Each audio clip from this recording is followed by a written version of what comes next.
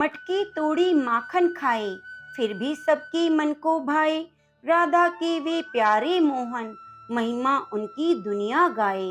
प्रेम से बोलिए, बांके बिहारी लाल की जय हो। प्रिय भक्तजनों, आप सभी को कृष्ण जन्माष्टमी की ढेरों शुभकामनाएं। भादो महीना भगवान श्री कृष्ण को समर्पित है।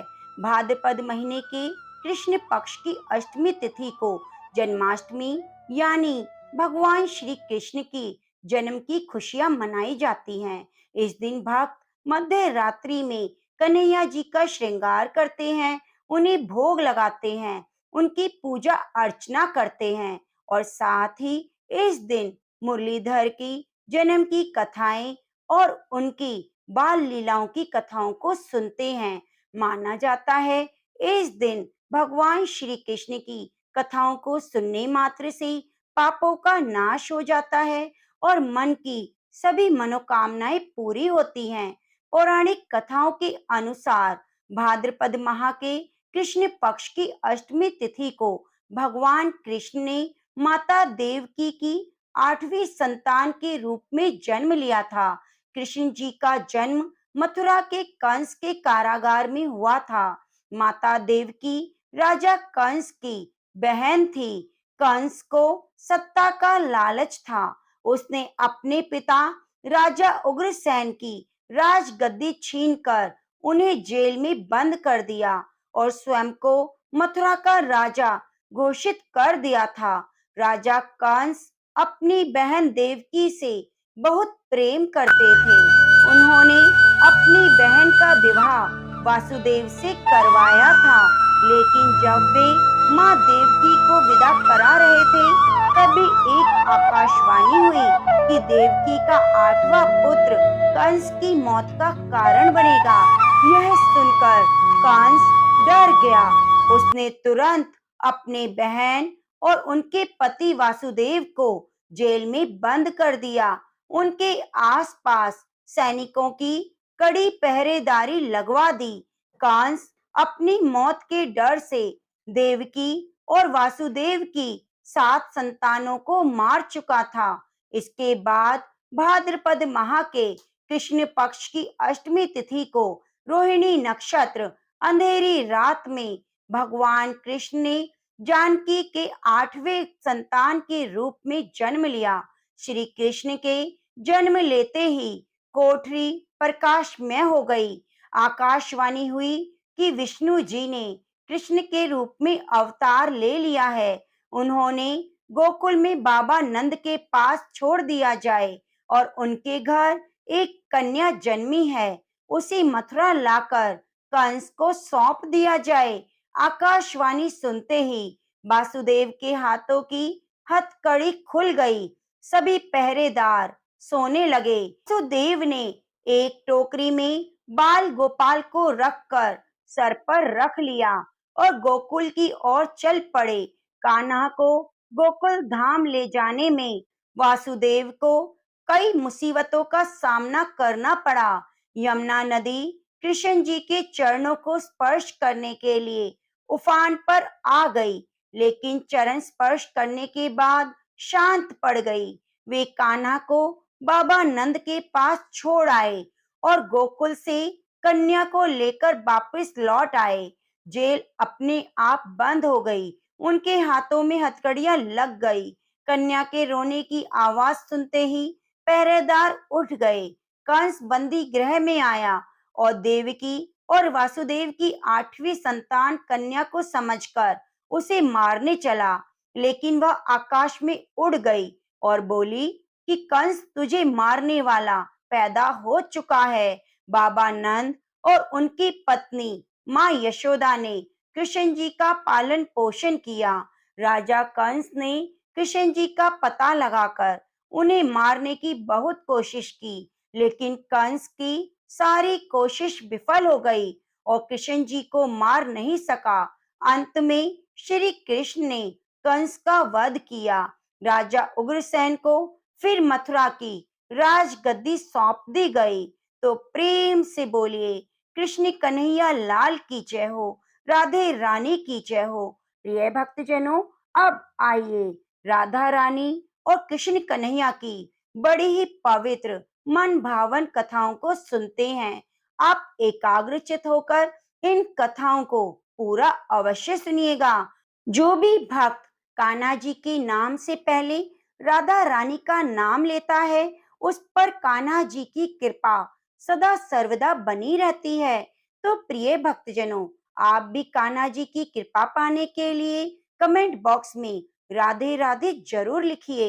एक बार की बात है, राधा रानी को एक सर्प ने काट लिया। राधा जी की सारी सखियां दौड़ी दौड़ी माँ के पास आईं और कहने लगी, माँ माँ, चलकर अपनी बेटी को देखो, एक काले सांप ने डस लिया है और राधा के सिर से दौनी गिर गई और वे बेहोश हो गई है। अब इसके विष को उतारने के लिए किसी गुणी को बुलाना पड़ेगा। माँ ने सुना तो डर गई और रोते रोते राधा जी को अपने हृदय से लगा लिया। एक सखी कहने लगी, माँ, यदि राधा जी को ठीक करना है तो कृष्ण जी को बुला लाओ। अगर कृष्ण जी आएंगे तो राधा जी तुरंत ही जीवित हो जाएंगी, क्योंकि श्री कृष्ण गरुण हैं। तीनों लोकों में उनसे श्रेष्ठ कोई नहीं। सूरदास जी बता रहे हैं कि राधा रानी को ठीक करने के लिए कृष्ण जी को बुलाया जाए। अब राधा रानी की सखियां कृष्ण जी की मैया यशोदा के पास आई और कहने लगी, मैया, तुम्हारा कृष्ण सांप के विष को उतारने वाली गारणी है। आप अपने पुत्र को हमारे साथ भेज दो। राधा रानी को काले सांप ने डस लिया है। मैया यशोदा ने सुना तो सुनकर मुस्कुराने लगी कि अभी थोड़ी देर पहले तो राधा मेरे घर आई थी। राधा रानी की मूर्छा के मूल कारण को समझकर मैया यशोदा चुप हो गई और सखियों को अपने हंसने का कारण नहीं बताया। अब मैया यशोदा कान्हा जी को पुकारने लगी, कहने लगी, कान्हा, राधा के यहाँ कीर्ति नाम की ग्वालिन तुम्हारे बुलाने आई थी, तुम वहां चले जाओ। सुना है राधा को काले सांप ने डस लिया है। तुम कब से गरनी बन गए?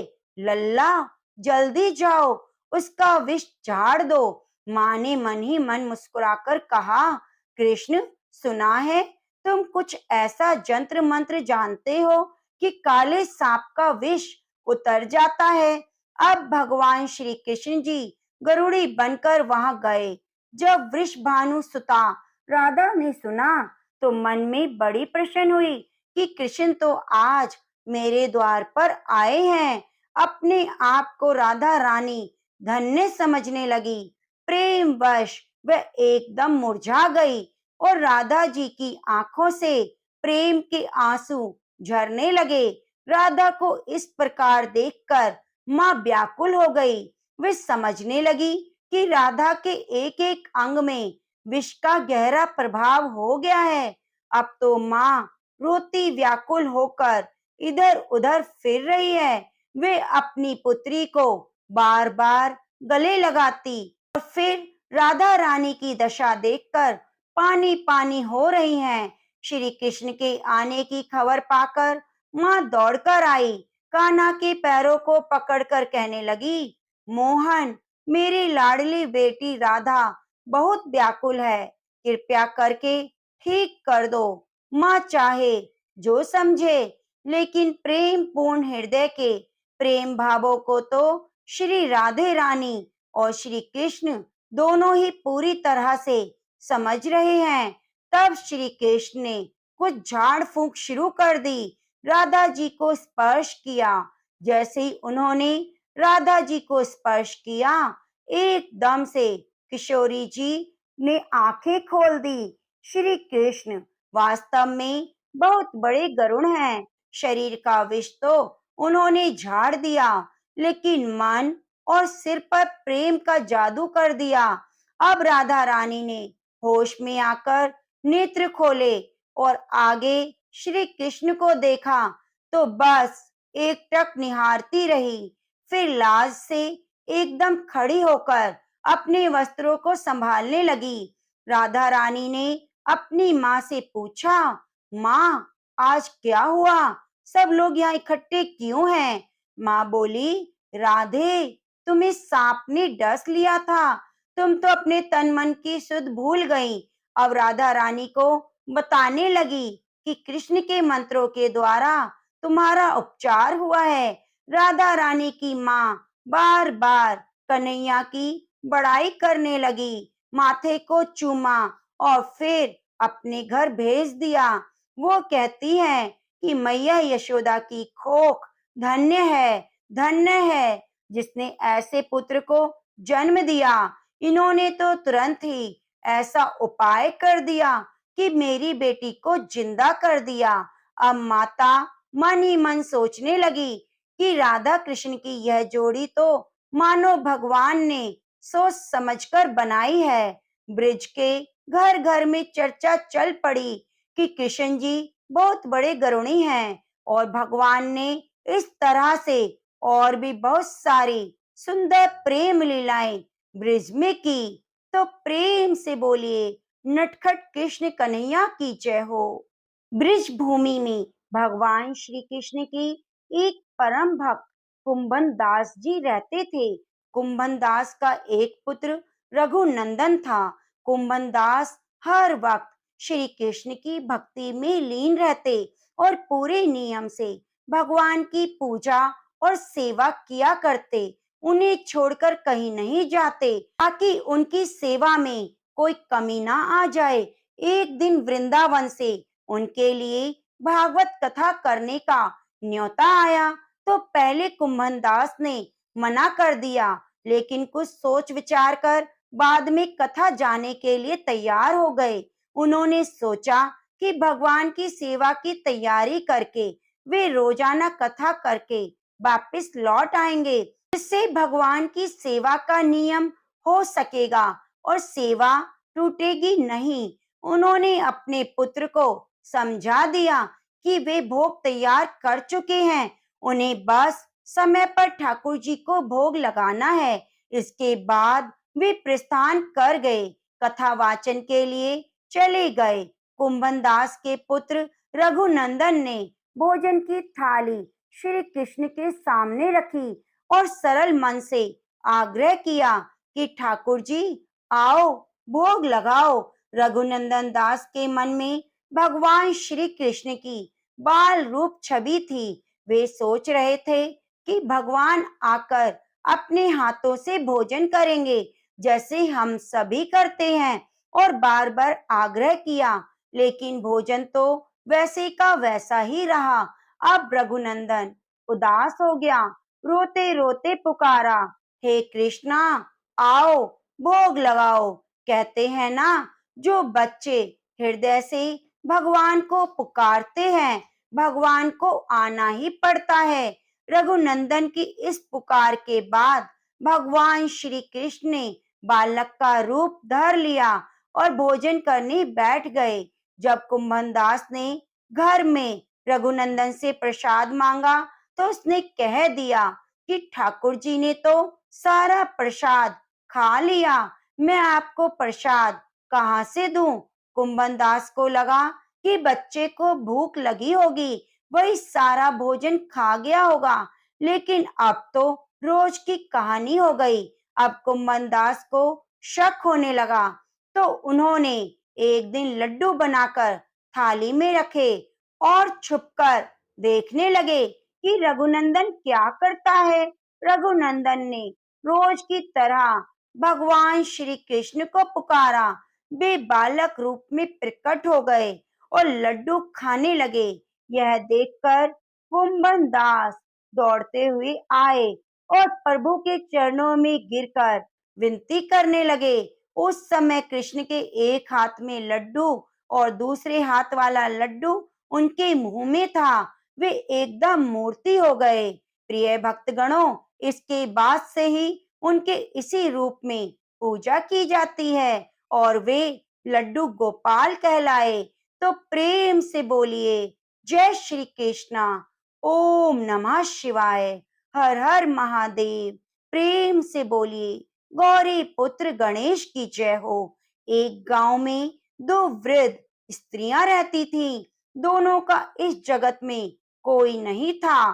दोनों ही एक दूसरे का सहारा बनकर बड़े प्रेम भाव से रहती। हालांकि धर्म में दोनों अलग थी, लेकिन विचार एक था। उनमें से एक महिला हिंदू धर्म की थी, तो दूसरी जैन धर्म की। दोनों अपने अपने हिसाब से प्रभु की आराधना करती। उनमें से हिंदू धर्म की महिला थी, उसने अपने घर के मंदिर में श्री कृष्ण के बाल स्वरूप लड्डू गोपाल को बड़े प्रेम भाव से विराजमान किया था और उन्हें प्रतिदिन एक बालक की भांति प्रातःकाल नहला धुलाकर सुंदर वस्त्र आभूषण पहनाकर तैयार करती। इसी तरह वे दोनों महिलाएं एक दूसरे के परस्पर सहयोग से अपना सुखमय जीवन व्यतीत कर रही थीं।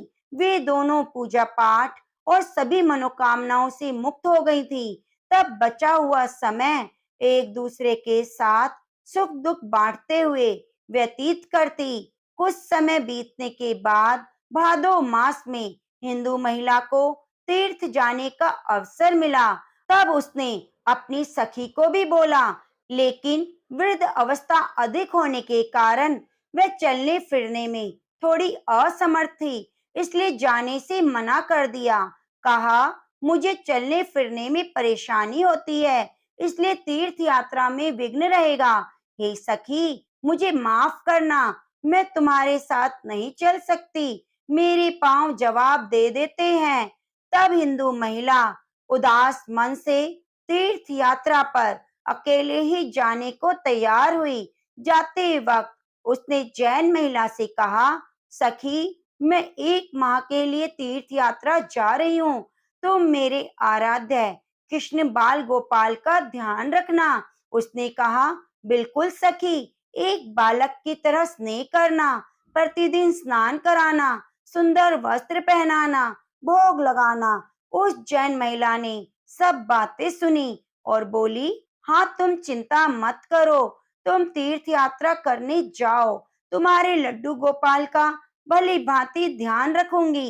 इतनी सब बातें बताकर वह महिला तीर्थ यात्रा के लिए निकल गई और जैन महिला ने सारा कार्य बड़ी उत्साह के साथ, उमंग के साथ किया। लड्डू गोपाल की सेवा करने लगी, उन्हें नहलाया।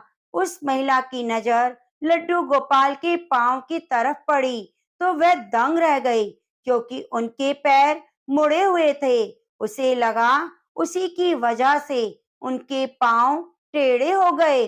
प्रिय भक्तगणों, इसका प्रमुख कारण यह था कि उस महिला ने जब भी उन्हें देखा तो वस्त्र आभूषणों से सुसज्जित देखा।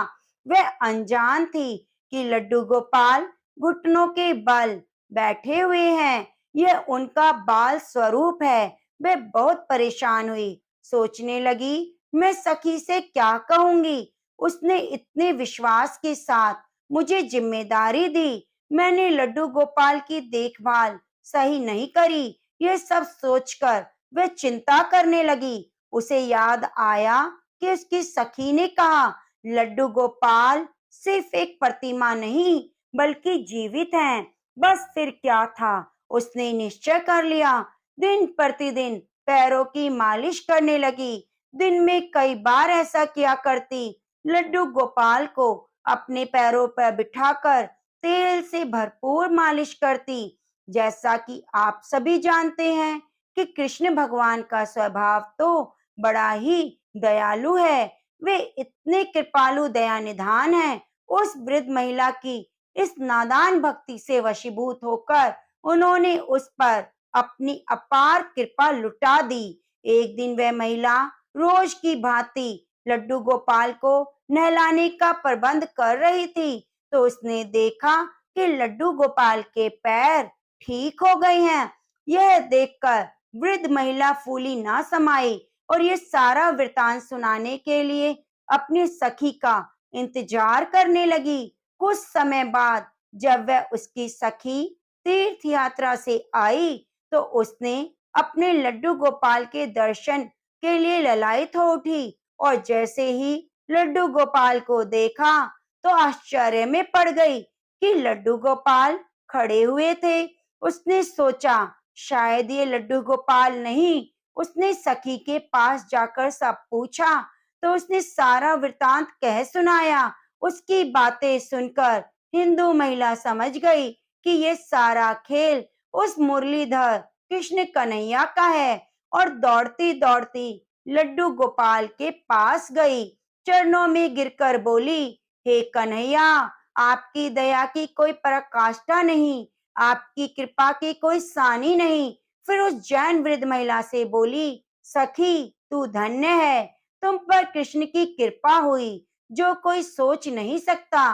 तुम्हें नहीं पता हमारे लड्डू गोपाल के पांव तो ऐसे ही हैं क्योंकि वे बाल स्वरूप बैठी हुई मुद्रा में हैं, लेकिन तेरी भक्ति ने इनके स्वरूप को बदल दिया और पैर सीधे कर दिए। तो प्रेम से बोलिए, वृंदावन बिहारी लाल की जय हो, बरसाने वाली राधा रानी की जय हो। ओम नमः शिवाय। प्रिय भक्तजनों, आप हमारे चैनल को सब्सक्राइब करना ना भूलें और कमेंट बॉक्स में बाके बिहारी लाल की जय हो जरूर लिखिए। मिलते हैं अगली कथा कहानियों के साथ। तब तक के लिए नमस्कार।